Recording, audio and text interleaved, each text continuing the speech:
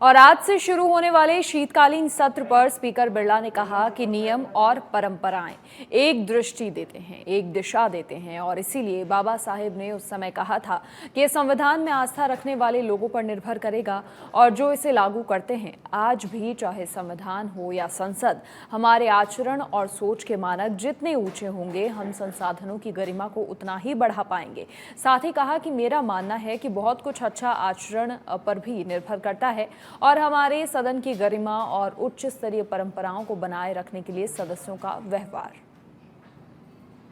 नियम परंपराओं से मैं आचरण को बदला नहीं जा सकता। नियम परंपराएं एक दृष्टिकोण देती, दिशा देती है। इसलिए बाबा साहब ने उस समय कहा था कि संविधान को मानने वाले और संविधान को एग्जीक्यूट करने वाले लोगों पर निर्भर करेगा। आज भी संविधान हो चाहे संसद हो, उच्च कोटि की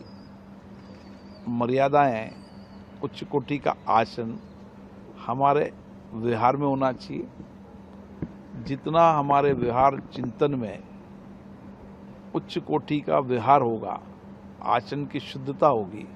उतनी ही हम बेहतर संस्थाओं की गरिमा को बढ़ा पाएंगे। जो बाबा साहब ने कहा था वो विचार आज भी है और कितना व्यापक दृष्टिकोण था कि अलग अलग विषयों पर उनका दृष्टिकोण आज 75 वर्ष बाद भी हमें लगता है कि आज उसी दृष्टिकोण की आवश्यकता है, उसी मार्गदर्शन की आवश्यकता है। और मुझे आशा है सब बाबा साहब के उस मार्गदर्शन को मानते हुए कि व्यक्तियों पर बहुत निर्भर करता है। मेरा मानना है कि माननीय सदस्यों के उस आचरण पर, व्यवहार पर बहुत निर्भर करता है हमारी सदन की मर्यादाओं, उच्च कोटि की परंपराओं को लागू करना। तो ये आज से शुरू होने वाले शीतकालीन सत्र पर स्पीकर बिरला का कहना है कि नियम और परंपराएं एक दृष्टि देते हैं, एक दिशा देते हैं और इसीलिए बाबा साहेब ने उस दौरान भी कहा था कि संविधान में आस्था रखने वाले लोगों पर ये निर्भर करता है और जो इसे लागू करते हैं। आज भी चाहे संविधान हो या फिर संसद, हमारे आचरण और सोच के मानक जितने ऊंचे होंगे, संसाधनों की गरिमा को उतना ही आगे बढ़ा पाएंगे। साथ ही ये भी कहा कि बहुत कुछ अच्छे आचरण पर भी निर्भर करता है और हमारे सदन की गरिमा, उच्च स्तरीय परंपराओं को बनाए रखने के लिए सदस्यों का व्यवहार।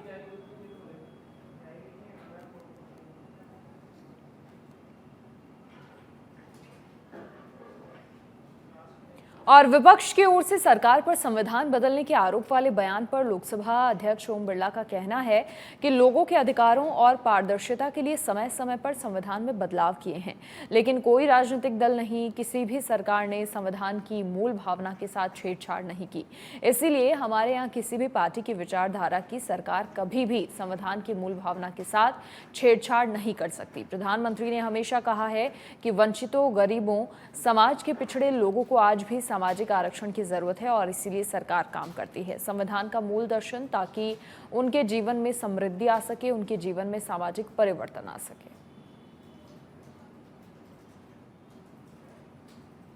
देखो, संविधान में परिवर्तनशीलता संविधान बनाने वालों ने हमेशा मूल भावना रखी और समय परिस्थितियों के अनुसार, जनता की अपेक्षा आकांक्षाओं के अनुसार,